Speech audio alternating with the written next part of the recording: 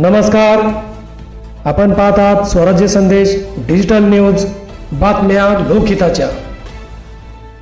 आपण पाहत आहात परंडा गोळीबार अपडेट। गोळीबारातील आरोपीवर गुन्हा दाखल, फरार आरोपी चैतन्य शेळकेचा शोध सुरू।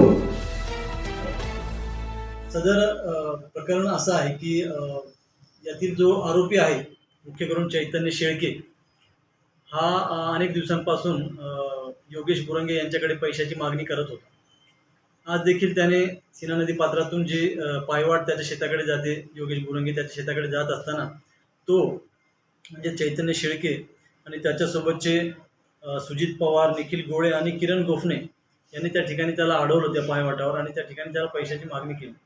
पण योगेश बुरंगेने असमर्थता दर्शविल्याच्या नंतर पैसे देण्यास त्याने त्याच्यावर हल्ला केला, मारहाण केली आणि तसेच त्याच्याकडे असलेल्या पिस्तुलातून त्याने गोळीबार केला। त्या गोळीबारामध्ये योगेश बुरंगे हा जखमी झालेला आहे। त्याच्या कमरेला डाव्या बाजूला त्या ठिकाणी जखम झालेली आहे।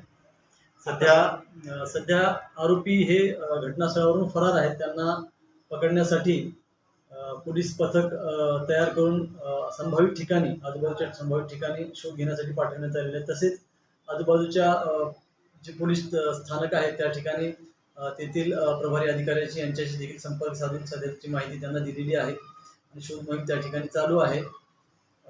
आरोपी अपेक्षा आहे की लवकरात लवकर पकडल्या जातील। याच्यामध्ये ज्यांनी हल्ला केला ते त्यांची काय गुन्हेगारी पार्श्वभूमी वगैरे आहे का? यामध्ये जो हल्ला केला चैतन्य शेळके याने यापूर्वी 379 आणि 307चा गुन्हा दाखल आहे आणि त्यावरून त्याच्याविरुद्ध फौजदारी प्रक्रिया संहिता कलम 110 नुसार प्रस्ताव पाठवण्यात आलेला होता। तसेच त्याला हद्दपार करण्यासाठी देखील प्रस्ताव पाठवण्यात आलेला होता।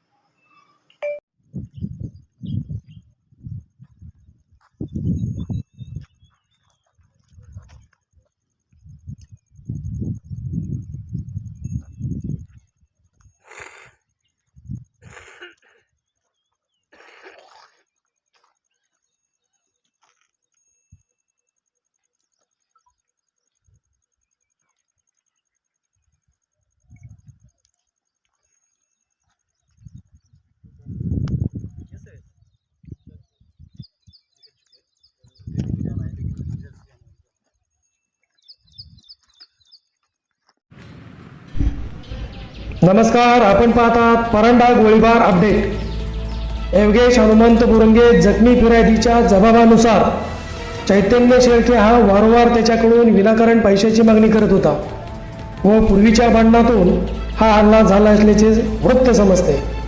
परंडा तालुक्यातील बोथरा येथील सीना नदीच्या पात्रात ही घटना घडली। चैतन्य शेळके, सुजित पवार, निखिल गोळे, किरण गोफणे व इतर दोघांविरोधात गोळीबार प्रकरणी गुन्हा दाखल करण्यात आला आहे। परंडा पोलीस स्टेशन येथे 307, 324, 323, 504, 506, 143, 147, 148, 149 बहादुरी कलम 3/25 भारतीय कायद्यान्वये गुन्हा दाखल करण्यात आला आहे। आरोपी सध्या फरार असून त्याला पकडण्यासाठी पोलीस पथक रवाना करण्यात आले आहेत। चैतन्य शेळके याच्यावर यापूर्वी देखील अनेक गुन्हे दाखल असून त्याला हद्दपार करण्यासाठी प्रस्ताव देण्यात आला आहे। पाहुयात परंडा